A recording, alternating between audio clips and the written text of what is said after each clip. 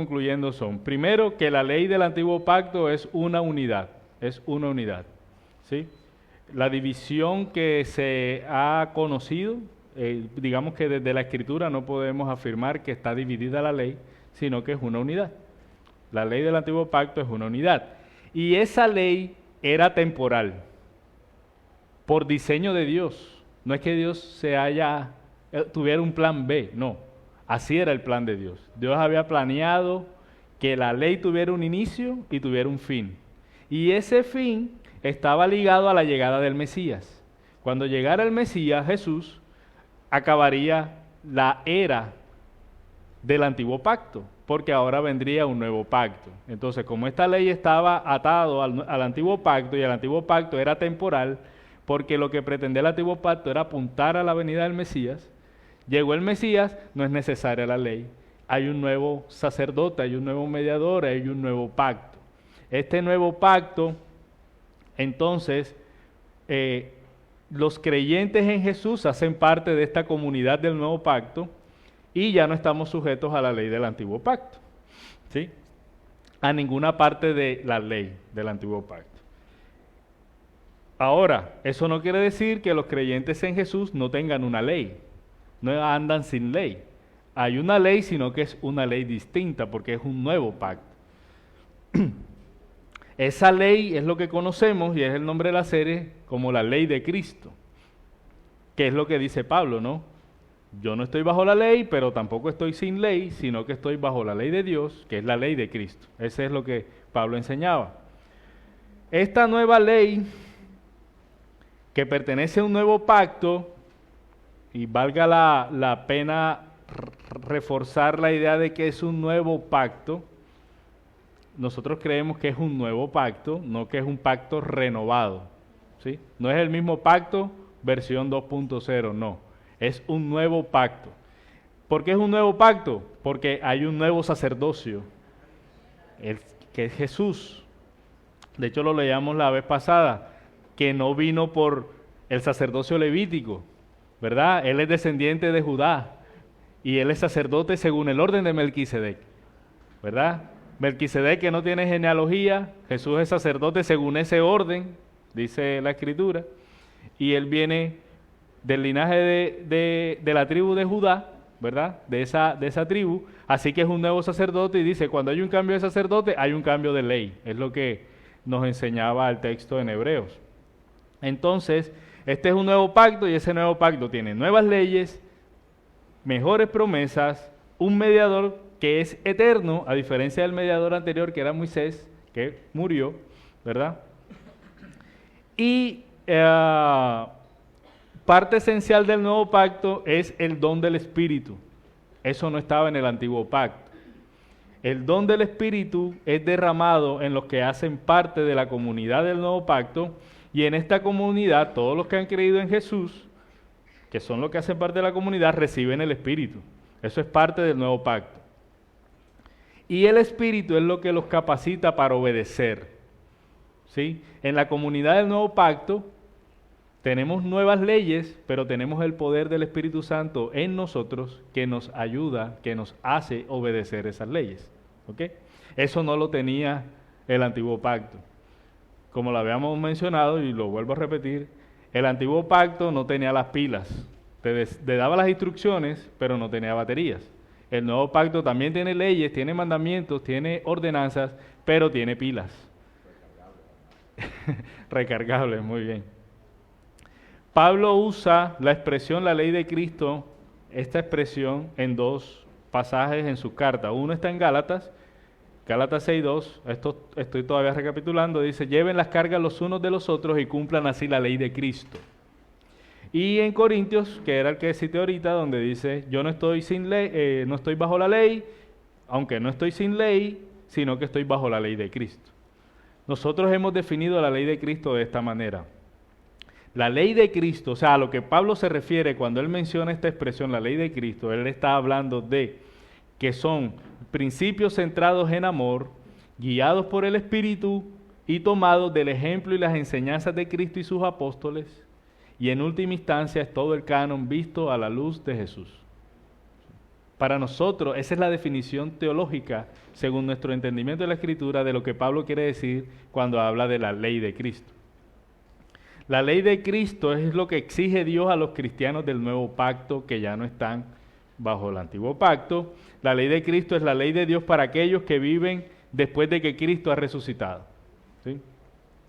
Y hemos resumido lo que es la ley de Cristo en cinco títulos o 5 encabezados, pues, para usar esa palabra que nos gusta aquí, ¿verdad? 5 encabezados. La ley de Cristo es la ley del amor. La ley de Cristo es el ejemplo de Cristo. La ley de Cristo es la enseñanza de Cristo.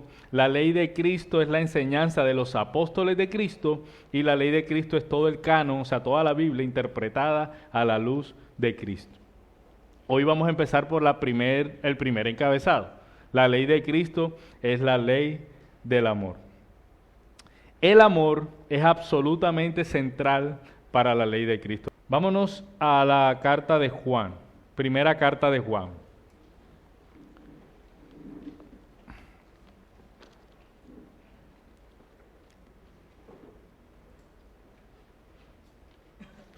Primera carta de Juan, capítulo 4. Voy a leer desde el verso 7.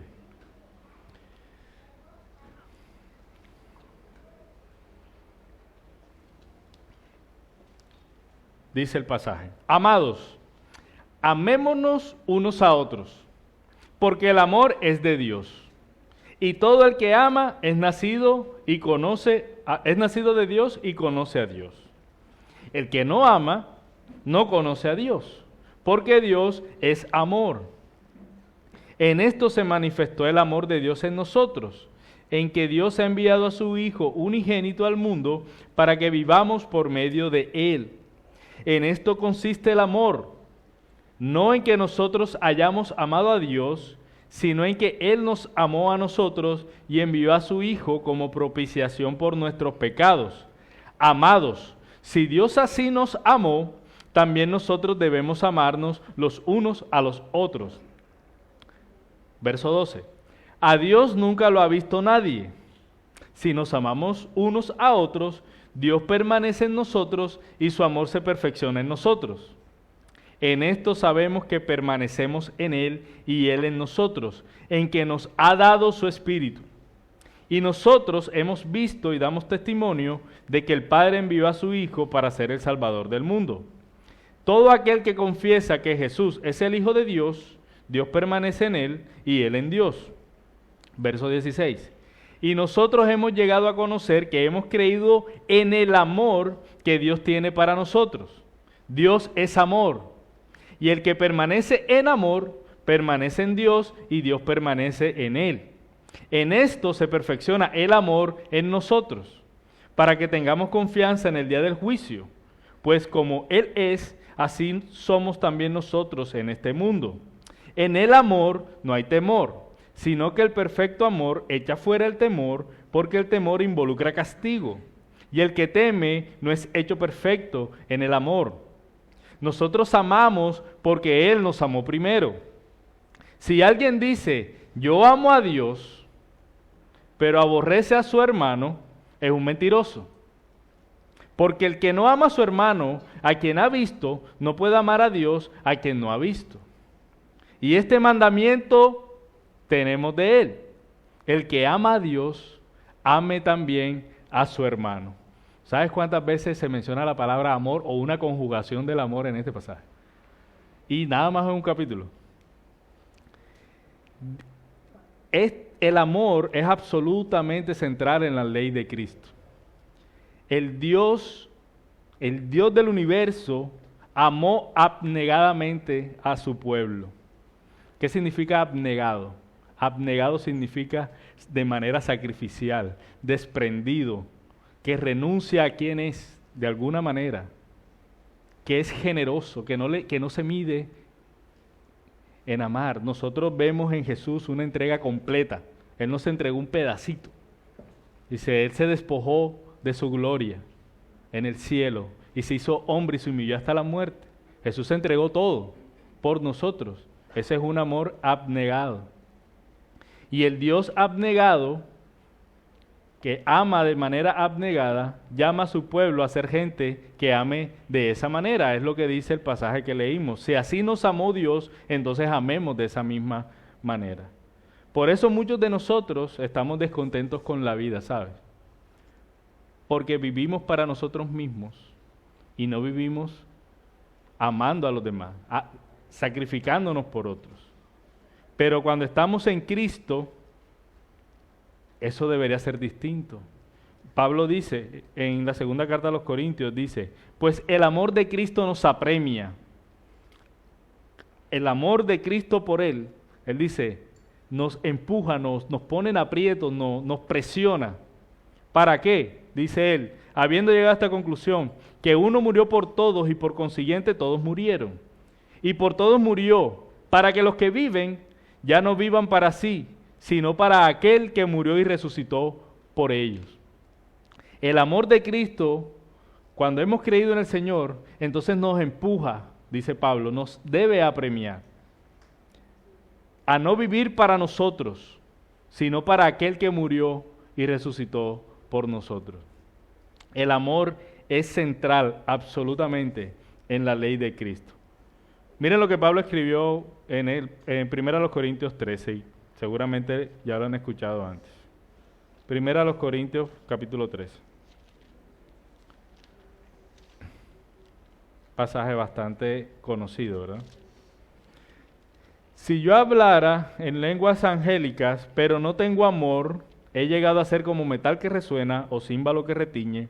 Y si tuviera el don de profecía y entendiera todos los misterios y todo el conocimiento, y si tuviera toda la fe como para trasladar montañas, pero no tengo amor, nada soy. Y si diera todos mis bienes para dar de comer a los pobres, y si entregara mi cuerpo para ser quemado, pero no tengo amor, de nada me aprovecha. El amor es paciente, es bondadoso, el amor no tiene envidia, el amor no es jactancioso, no es arrogante, no se porta indecorosamente, no busca lo suyo, no se irrita, no toma en cuenta el mal recibido, el amor no se regocija de la injusticia, sino que se alegra con la verdad. Todo lo sufre, todo lo cree, todo lo espera, todo lo soporta. El amor nunca deja de ser. Pero si hay dones de profecía, se acabarán. Si hay lenguas, cesarán. Si hay conocimiento, se acabará. Porque en parte conocemos y en parte profetizamos. Pero cuando venga lo perfecto, lo incompleto se acabará. Cuando yo era niño, hablaba como niño, pensaba como niño, razonaba como niño. Pero cuando llegué a ser hombre, dejé las cosas de niño. Porque ahora vemos por un espejo, veladamente, pero entonces veremos cara a cara. Ahora conozco en parte, pero entonces conoceré plenamente como he sido conocido.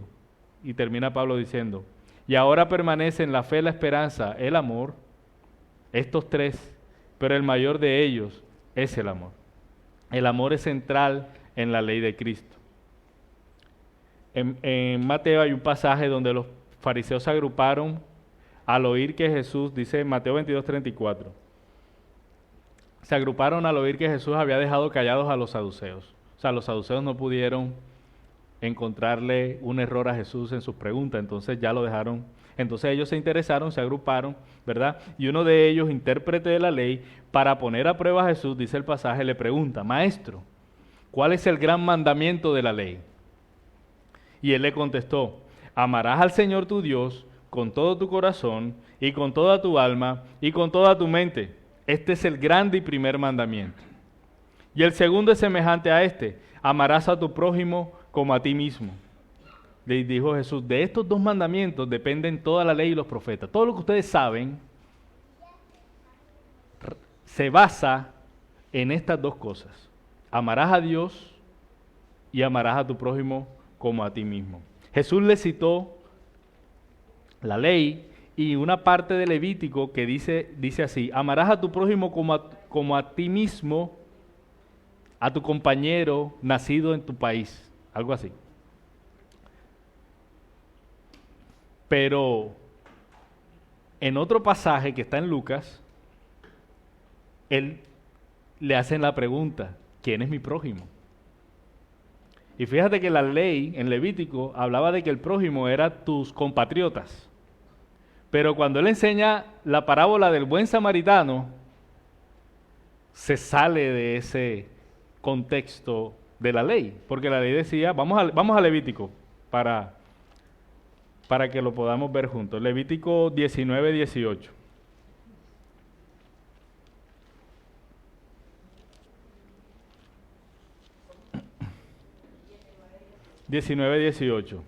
Dice, no te vengarás ni guardarás rencor a los hijos de tu pueblo, los compatriotas, ¿no? A los israelitas, sino que amarás a tu prójimo como a ti mismo.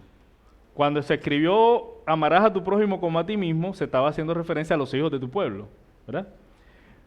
Pero en Lucas 10, y vámonos a Lucas 10, 10:25, dice el pasaje, cierto intérprete de la ley se levantó y para poner a prueba a Jesús dijo, Maestro, ¿qué haré para heredar la vida eterna? Y Jesús le dijo, ¿qué está escrito en la ley? ¿Qué lees en ella? Respondió él y dijo, amarás al Señor tu Dios con todo tu corazón y con toda tu alma y con toda tu fuerza y con toda tu mente y a tu prójimo como a ti mismo. Entonces Jesús le dijo, has respondido correctamente, haz esto y vivirás. Pero queriendo él justificarse a sí mismo, dijo a Jesús, ¿y quién es mi prójimo? Jesús le respondió, cierto hombre bajaba de Jerusalén a Jericó, empieza a contar la parábola, ¿no?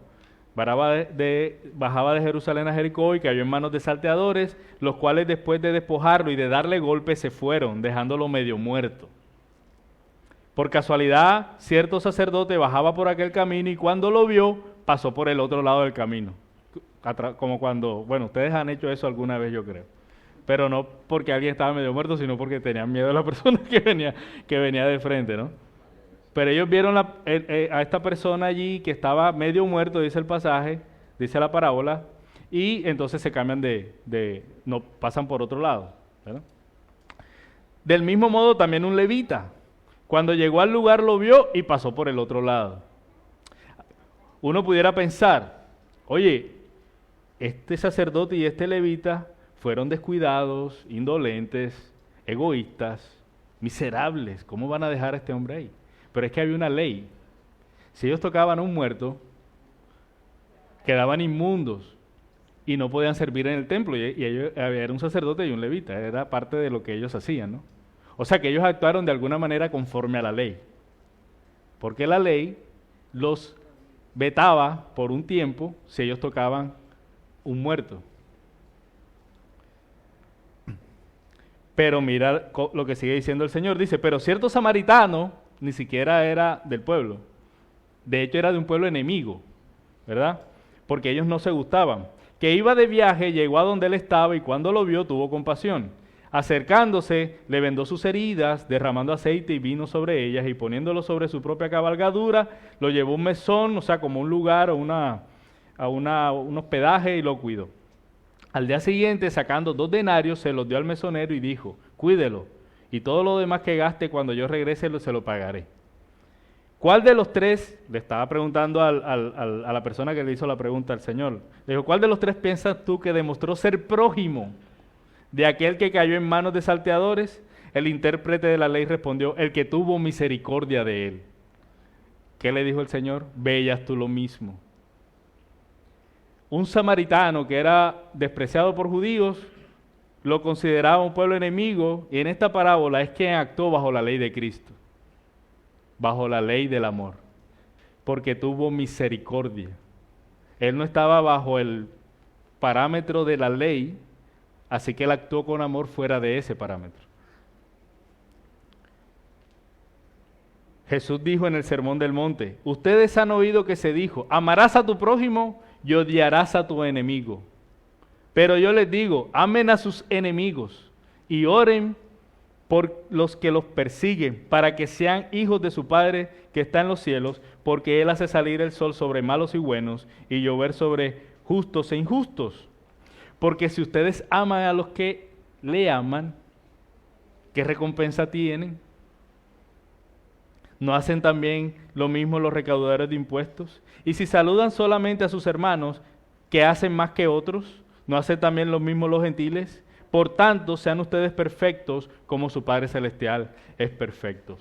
Como creyentes del nuevo pacto, estamos llamados a hacer el bien a todos. Esa es la ley del amor. Estamos llamados a amar, inclusive a los enemigos. Mira lo que el Señor enseñó. Orar por los que te persiguen. Y hay un pasaje interesante en las cartas de Pablo donde él dice esto, está en Gálatas. Gálatas 6. No nos cansemos de hacer el bien, pues a su debido tiempo, si no nos cansamos, segaremos. Bien. Así que entonces, hagamos bien a todos según tengamos oportunidad. La ley del amor. Hagamos bien a todos según tengamos oportunidad, como actuó el samaritano, ¿verdad? Pero termina Pablo diciendo, y especialmente a los de la familia de la fe.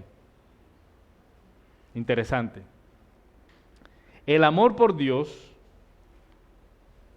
verticalmente hablando, nuestra relación con el Señor está relacionado intrínsecamente, está unido a nuestra relación por los demás.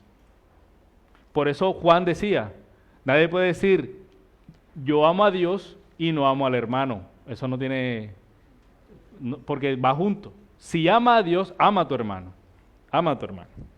No podemos decir que estamos unidos a Cristo, que somos hijos de Dios, si no amamos a los demás, y especialmente si no amamos a nuestros hermanos en la fe. No se puede pretender decir, amo a Cristo y no amo al cuerpo de Cristo.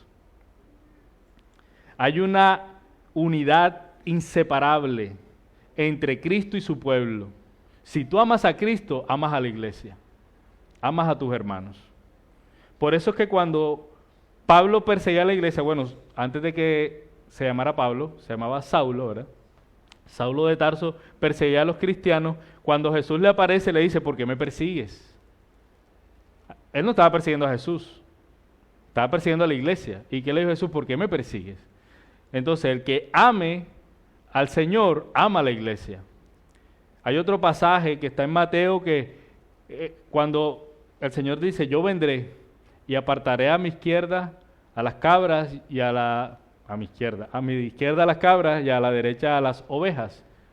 Y entonces algunos dirán, Señor, Señor, pero ¿qué pasó aquí? Y él dice, no, es que no me vestiste, no me cuidaste, no me visitaste, estaba preso y tampoco me visitaste, ni enfermo y tampoco me cuidaste. ¿Y cuándo fue eso? Cuando alguno de estos, cuando no lo hiciste por uno de estos, o sea, por los que creen en él, por su pueblo, no lo hiciste conmigo.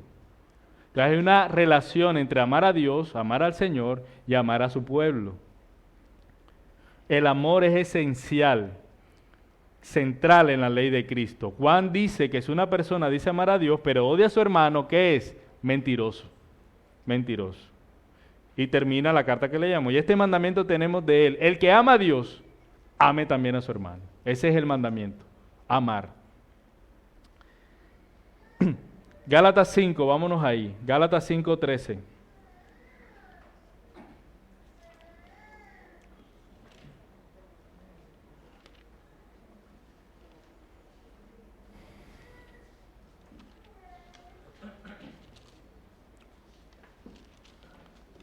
Dice Pablo, porque ustedes, hermanos, a libertad fueron llamados, solo que no usen la libertad como pretexto para la carne. Sino sírvanse por amor los unos a los otros. Porque toda la ley en una palabra se cumple en el precepto, amarás a tu prójimo como a ti mismo. Pero si ustedes se muerden y se devoran unos a otros, tengan cuidado, no sea que se consuman unos a otros. Miren lo que está diciendo Pablo. Ustedes son libres y la libertad se hace evidente cuando se hacen esclavos de los demás. Qué interesante, ¿no? Pues dice, han sido llamados a libertad, ahora sírvanse. La palabra que él usa es la palabra que se usaba para esclavos. Ustedes son libres para que se esclavicen por amor y se sirvan los unos a los otros. La ley del amor. El Evangelio nos libera para servir con amor a nuestros hermanos y hermanas. Pablo le dice que toda la ley se cumple en esa palabra. Amarás a tu prójimo como a ti mismo. El que ama a su prójimo está cumpliendo la ley de Cristo. La enseñanza de Romanos, de Pablo a los Romanos, Romanos 13, vámonos ahí, es muy parecida. Romanos 13.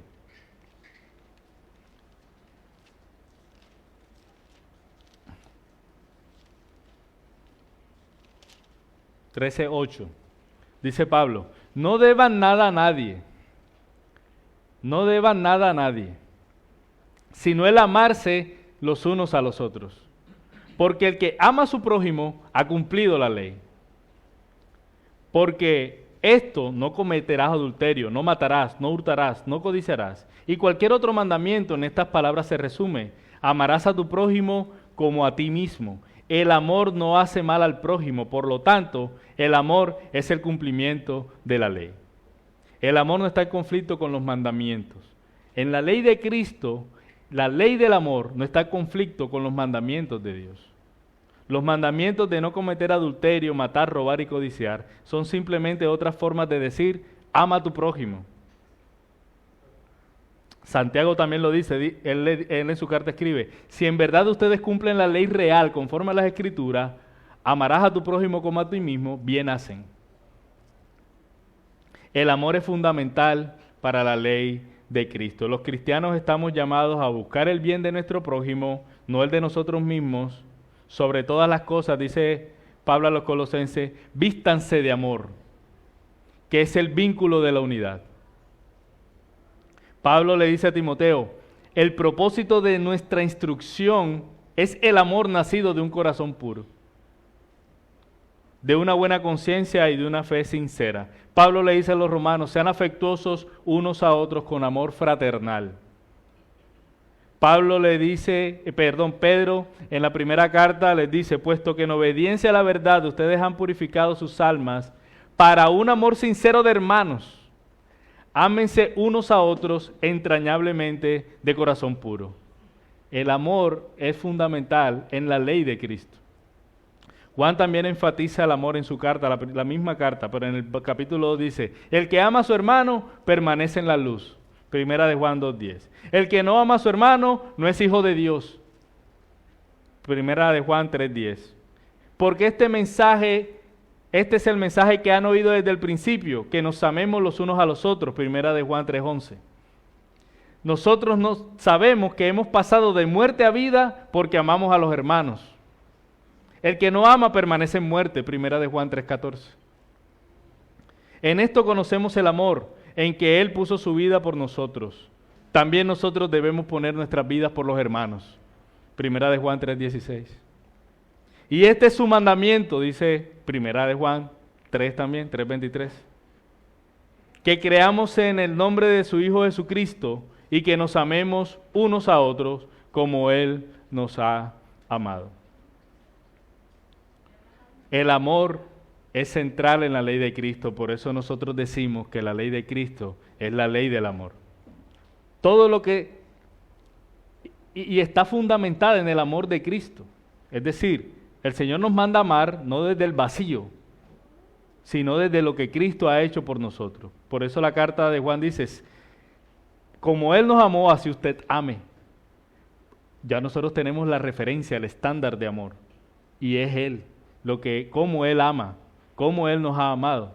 Entonces ahora tenemos un mandamiento, amar.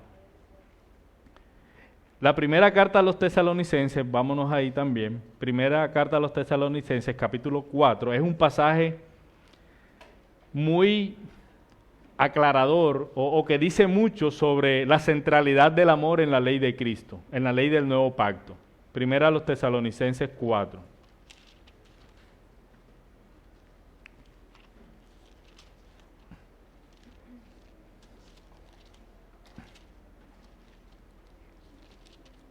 Dice así, 4 desde el 7 voy a leer. Primera carta a los tesalonicenses, capítulo 4, verso 7. Dice, porque Dios no nos ha llamado a impureza, sino a santificación. Le escribe Pablo a la iglesia. Por tanto, el que rechaza esto, no rechaza a un hombre, sino al Dios que les da a ustedes su Espíritu Santo. Entonces Pablo está afirmando que Dios les ha dado a la iglesia, o es el que da a la iglesia el Espíritu Santo, ¿verdad? Según esta carta. Mira el verso 9. Pero en cuanto al amor fraternal, no tienen necesidad de que nadie les escriba, porque ustedes mismos han sido enseñados por Dios a amarse unos a otros. Alguna vez pasé por este pasaje y yo decía, ¿cómo así que han sido enseñados por Dios? ¿Qué significa? ¿Qué quiere decir Pablo con eso? Por lo que hemos estudiado y que se predicará de hecho en el sermón, más adelante.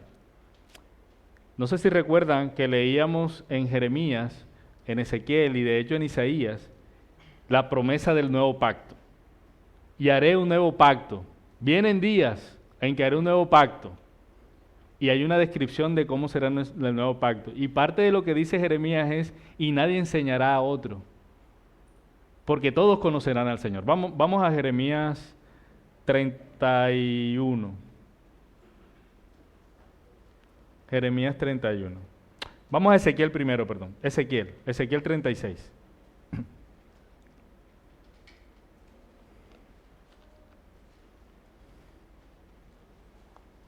Donde también está profetizado el nuevo pacto. Ezequiel 36.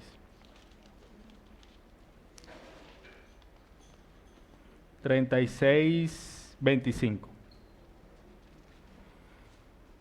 Dice, entonces los rociaré con agua limpia y quedarán limpios de todas sus inmundicias y de todos sus ídolos. Los limpiaré. Además les daré un nuevo corazón, un corazón nuevo, y pondré un espíritu nuevo dentro de ustedes. Quitaré de su carne el corazón de piedra y les daré un corazón de carne. Pondré dentro de ustedes mi espíritu y haré que anden en mis estatutos y que cumplan cuidadosamente mis ordenanzas. Cuando Pablo escribe a los tesalonicenses, en el idioma en que fue traducida la Biblia, los judíos, el pueblo de Dios, tenía el Antiguo Testamento traducido en una versión específica de griego, ¿sí? Como ellos hablaban griego, entonces tenían una versión del hebreo al griego que se conoce como la Septuaginta. Pablo citó ese mismo pasaje en su carta idéntico en el idioma de la Septuaginta. Él dijo, cuando él dice, quien les da a ustedes su Espíritu Santo, está citando las mismas palabras del idioma, de la traducción de esa Biblia, de este pasaje de Ezequiel. O sea que cuando Pablo está diciéndole a la iglesia, ustedes no están rechazando a hombres, sino que rechazan a Dios que les da su Espíritu Santo, él está haciendo referencia al nuevo pacto. Porque ellos tenían claro que el nuevo pacto venía con el Espíritu como promesa para el creyente. Eso por un lado. Luego Pablo sigue diciendo, pero en cuanto al amor fraternal, no tiene necesidad de que nadie les escriba, porque ustedes mismos han sido enseñados por Dios a amarse los unos a los otros. Debido a que los tesalonicenses tenían la promesa del Espíritu Santo en el nuevo pacto, no tienen necesidad de instrucción, es lo que Pablo está diciendo. Ustedes no tienen necesidad de que nadie les enseñe acerca del amarse los unos a los otros, porque Dios mismo les ha enseñado. Y cuando Pablo dice eso, él se está refiriendo también a lo que dice Jeremías 31 e Isaías 54, donde en Jeremías 31:33 dice, no tendrán que enseñar más cada uno a su prójimo y cada cual a su hermano, diciéndole, conoce al Señor, porque todos me conocerán, desde el más pequeño de ellos hasta el más grande, declara el Señor. ¿Qué decía la promesa del nuevo pacto? En el nuevo pacto, Dios enseñará a su pueblo. Dios es el que enseña. ¿Y cómo lo hace? Porque el Espíritu Santo está allí. Entonces dice, yo le daré nuevas leyes, y esas leyes las escribiré en sus corazones. Y le daré un espíritu de vida, un corazón distinto, y los haré andar en mis estatutos. Y nadie tendrá que enseñarle a otro. Yo mismo le enseñaré. Por eso Pablo seguramente dice, respecto al amarse los unos a los otros, no hay necesidad de que los enseñe, porque ustedes tienen el Espíritu Santo. Ustedes hacen parte del nuevo pacto. En el nuevo pacto, Dios nos enseña. Dios nos enseña. Dios usa lo que se predica, lo que leemos, su meditación, para enseñar, porque tenemos el Espíritu Santo. Juan escribe en la primera carta algo similar. Él dice, primera carta de Juan capítulo 2, verso 27. Él les escribe, en cuanto a ustedes, la unción que recibieron de Él permanece en ustedes, el Espíritu Santo. Y no tienen necesidad de que nadie les enseñe. Están citando lo que decía la profecía del Nuevo Pacto. Ustedes no tienen necesidad de que nadie les enseñe. Pero en algo en particular es lo que estos dos autores, Pablo y Juan, dicen que no hay necesidad de que les enseñe y tiene que ver con el amor de los unos por los otros. Porque eso va a ser producto de que tenemos el Espíritu Santo. Por eso decimos que la ley de Cristo es la ley del amor, que el amor es central en la ley de Cristo y es producido por Dios mismo en nuestros corazones. La ley de Cristo no estaba escrita en tablas de piedra, en tablas de piedra como estaba la ley del Antiguo Pacto. La ley de Cristo está escrita en nuestro corazón. Dios nos enseña. Pablo afirma que lo que Dios nos enseña, de lo que Él no tiene necesidad de escribir, ¿qué es? Amarnos los unos a los otros. Esta es la esencia de la ley. El amor está en el corazón de la ley de Cristo. La ley de Cristo es la ley del amor. Y yo les quiero hacer unas preguntas para que pensemos con base en lo que hemos hablado. ¿Tú estás viviendo bajo la ley de Cristo? ¿Estás viviendo para ti o estás viviendo para servir a Dios y a tu prójimo? ¿Estás amando a tus hermanos en tu iglesia? ¿Estás amando a tu prójimo? ¿Estás amando a tus enemigos? ¿Estás orando por los que te persiguen? Si estamos bajo la ley de Cristo, como Pablo afirma, que no está bajo la ley, pero que no está sin ley, sino que está bajo la ley de Cristo, entonces nosotros estamos bajo la ley del amor. Y hemos sido llamados a amar a Dios con toda nuestra mente, con todo nuestro corazón, con todo lo que somos, pero también a amar a nuestro prójimo como a nosotros mismos. Y esa realidad se debe hacer evidente en nuestra vida. Como orábamos al inicio, desarrollar esta serie no es simplemente descubrir una nueva forma de cómo interpretar las enseñanzas de Pablo y del Señor respecto a sus mandamientos, sino nos debe llevar también a evaluarnos a nosotros mismos. Porque como dice Pablo, nosotros hemos sido libertados, pero ¿para qué? Para amar, para servirnos los unos a los otros. Y si eso no está pasando en tu vida, ve al Señor y pídele perdón. Y arrepiéntete. Y pídele que por su amor tú puedas realmente amar como Él nos manda a amar. Revisa tu corazón y pide al Señor que te ayude a vivir conforme a su gran mandamiento. Porque la ley de Cristo es la ley del amor. Vamos a orar.